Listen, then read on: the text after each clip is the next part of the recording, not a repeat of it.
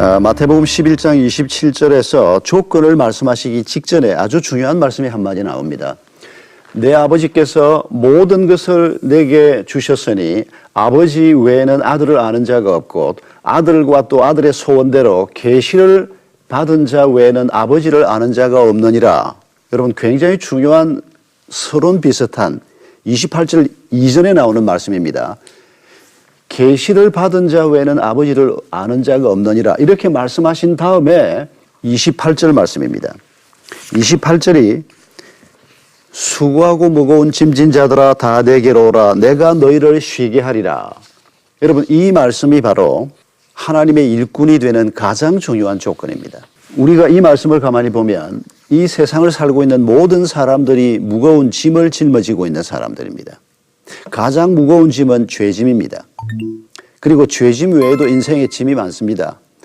7살짜리에게는 7살짜리의 인생의 짐이 있고 20살짜리에게는 20살짜리의 짐이 있고 장년에게는 장년의 짐이 있고 80대에게는 80대의 짐이 있습니다. 제가 이런 기억이 납니다.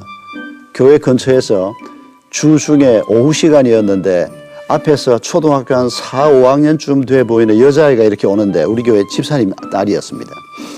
이름표를 달고 있었습니다. 그래서 내가 초롱아 그러고 불러 세웠습니다. 얘가 깜짝 놀라. 얘가 저를 누군지 모릅니다. 나를 볼 경우가 별로 없으니까 너 나 누군지 아니? 제가 그랬더니 모르겠다고 고개를 흔들더라고요. 나 너 다니는 교회 목사님이야. 그러니까 얘가 그제서야 알 것 같아 하는 얼굴로 인사를 했습니다. 어디 갔다 오냐 그러니까 학원 갔다 온다는 겁니다. 무슨 학원 갔다 오냐 그러니까 컴퓨터 학원 갔다 온다는 겁니다. 학원 몇 개 다니냐 그러니까 일주일에 5개 다닌대요. 무슨 학원이냐?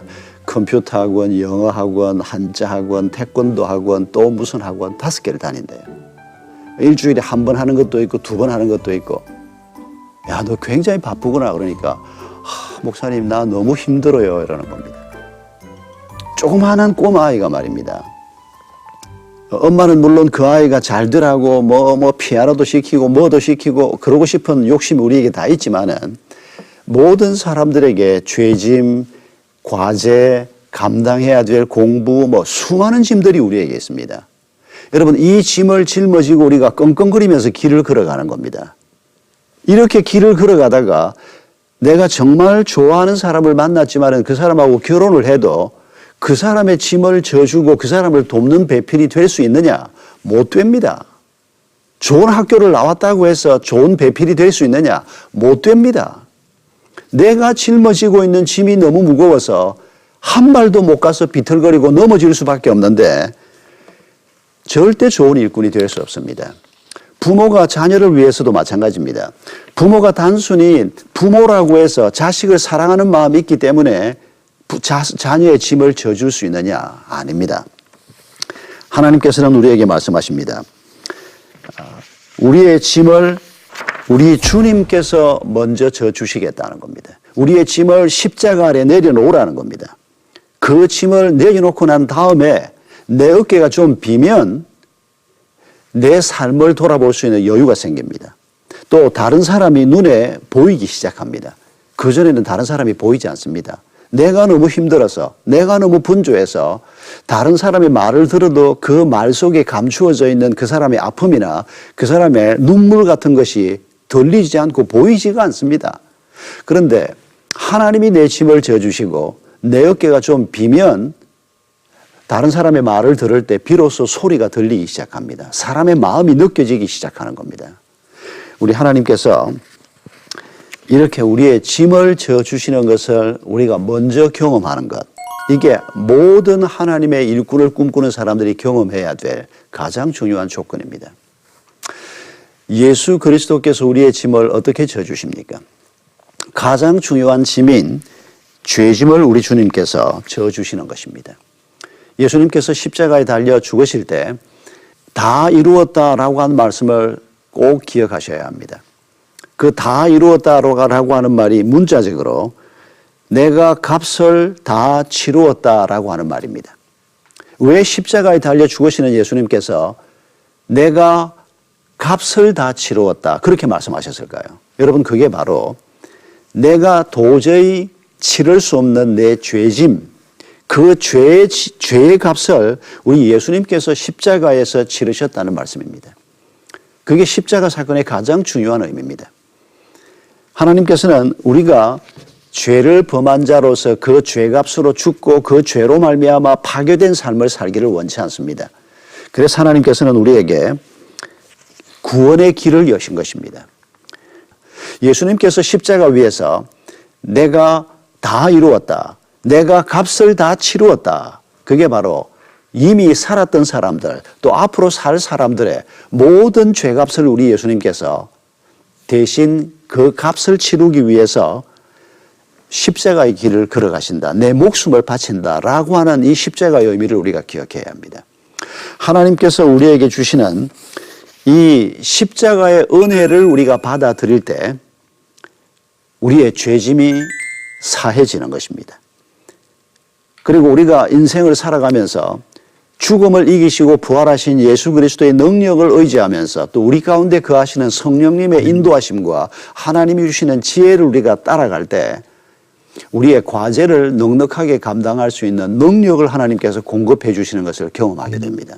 이런 하나님의 도우심 가운데서 우리가 우리의 어깨에 짐이 가벼워지기 시작하는 것을 경험하는 겁니다.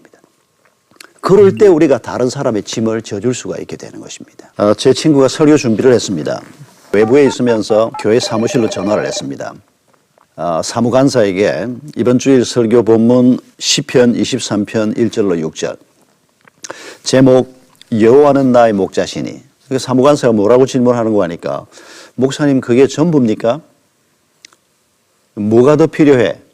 알겠습니다. 그러고 전화가 끊어졌습니다. 토요일 날 점심을 먹고 왔습니다. 목요일 날 주보 원고가 만들어져서 인쇄소로 가고 그 주보가 새 주보가 토요일 날 점심때쯤 오는 겁니다. 목사님 방에 이 새 주보가 도착이 돼 있었습니다. 그런데 목사님이 제일 먼저 눈길이 가는 본문하고 제목을 보니까 본문은 제대로 나왔는데 제목이 잘 못 나왔습니다. 제목이 뭐라고 나왔는가 하니까 여호와는 나의 목자시니 뭐가 더 필요해? 이렇게 나와 있는 겁니다. 이 목사님이 깜짝 놀랐습니다. 그리고는 사무관사를 야단을 치려고 인터폰을 쥐었습니다. 인터폰을 들고 다시 제목을 가만히 보는데 여호와는 나의 목자시니 뭐가 더 필요해? 이게 괜찮은 제목이더라는 겁니다. 그래서 야단 치려고 들었던 인터폰을 내려놓고 자기 원고를 꺼내서 뭐가 더 필요해에 초점을 맞추어서 다시 원고를 고치기 시작했습니다. 제가 그 목사님의 설교를 그대로 옮길 재주는 없습니다. 듣지도 못했고 제가 들은 얘기는 이게 전부입니다만은 근데 굉장히 그 얘기가 저는 도전적이었습니다. 여러분 지난 한 주간 동안 어떻게 사셨습니까? 여러분 예수 믿고 지금까지 우리가 그리스도인으로서 그래도 부족하지만은 내가 돈을 따라가지 않고 따라가다가도 이게 아니다 해서 돌아서기도 하고 세상 이런저런 거 따라가기도 하지만은 그래도 우리가 다시 회개하고 돌아서고 하나님이 내 삶을 인도하시는 것 이거 바라보고 길을 걸어가는 사람들이 그리스도인 아닙니까? 부족하지만 우리가 그렇게 살려고 애쓰고 있지 않습니까?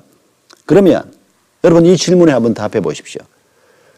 하나님이 내 길을 인도하고 계시니 내가 그 하나님만 열심히 바라보고 길을 걸어가면 되겠습니까? 여러분 답이 뭡니까?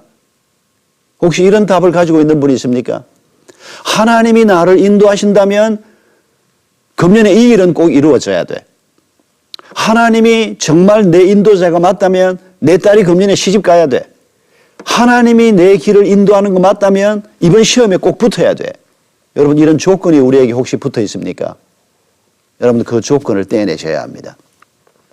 하나님이 인도자십니다. 그런데 인도를 우리가 받아 뒤에서 따라가면서 뒤에서 하나님 오른쪽으로 하나님 왼쪽으로 하나님 천천히요. 이건 하나님이 인도자가 아니라는 소리입니다. 하나님이 마음이 넓으셔서 그렇지 아마 하나님이 우리한테 마음대로 말했다면 네가 하나님 해라. 아마 그 말을 하루에도 수십 번 하셔야 될 겁니다. 하나님이 우리의 목자시면 여러분 그걸로 족합니다. 나는 그 목자가 인도하는 길을 잘 걸어가면 하나님께서 푸른 풀밭으로 인도하시고 맑은 시냇 물가로 인도하시는데 문제는 사망의 엄침한 골짜기를 지나갑니다. 적이 있는 곳을 지나가게 됩니다. 우리 생각에는 하나님이 왜 사망의 엄침한 골짜기는 지나가며 적 앞에서 무슨 밤낮 없게 잔치상은 왜 하필 적 앞에서 준다고? 그러나 여러분, 하나님께서 왜 그렇게 하셔야 하겠습니까? 여러분, 오늘 우리 주변을 둘러보십시오. 죽음 없는 곳이 없지 않습니까?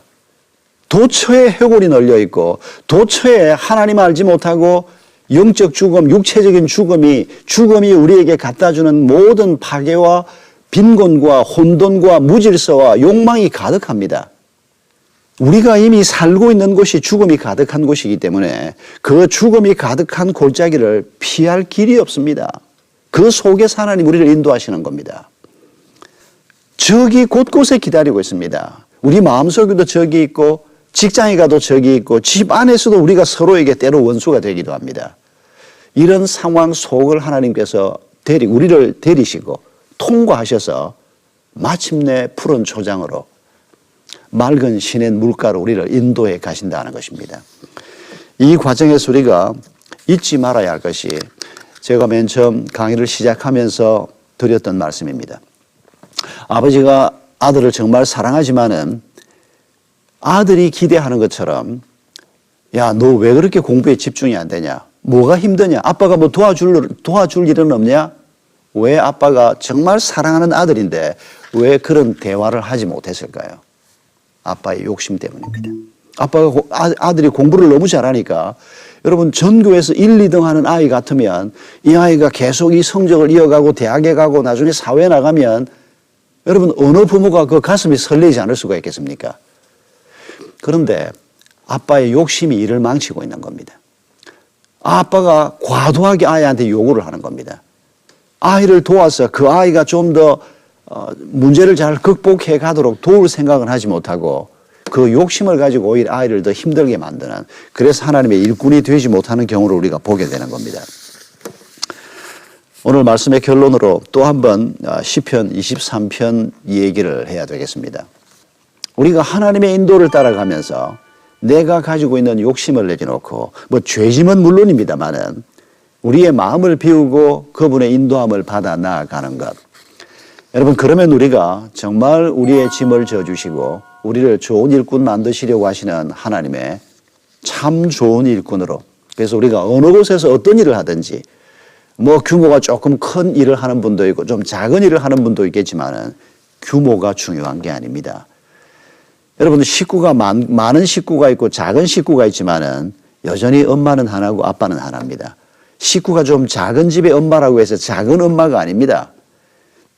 여러분, 우리가 세상을 살면서 이 큰 규모에 대한 욕심, 많은 소유에 대한 욕심, 이런 것들 때문에 우리도 모르는 사이에 우리를 좋은 일꾼으로 쓰시고 싶어하는 이 하나님의 일꾼이 되지 못하고 일감이 되는 이런 문제를 우리가 만나는 겁니다.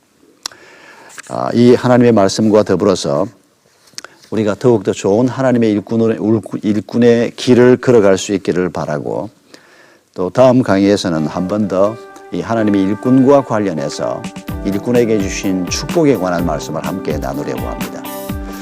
함께 해주셔서 감사합니다. 다음 시간에 뵙겠습니다.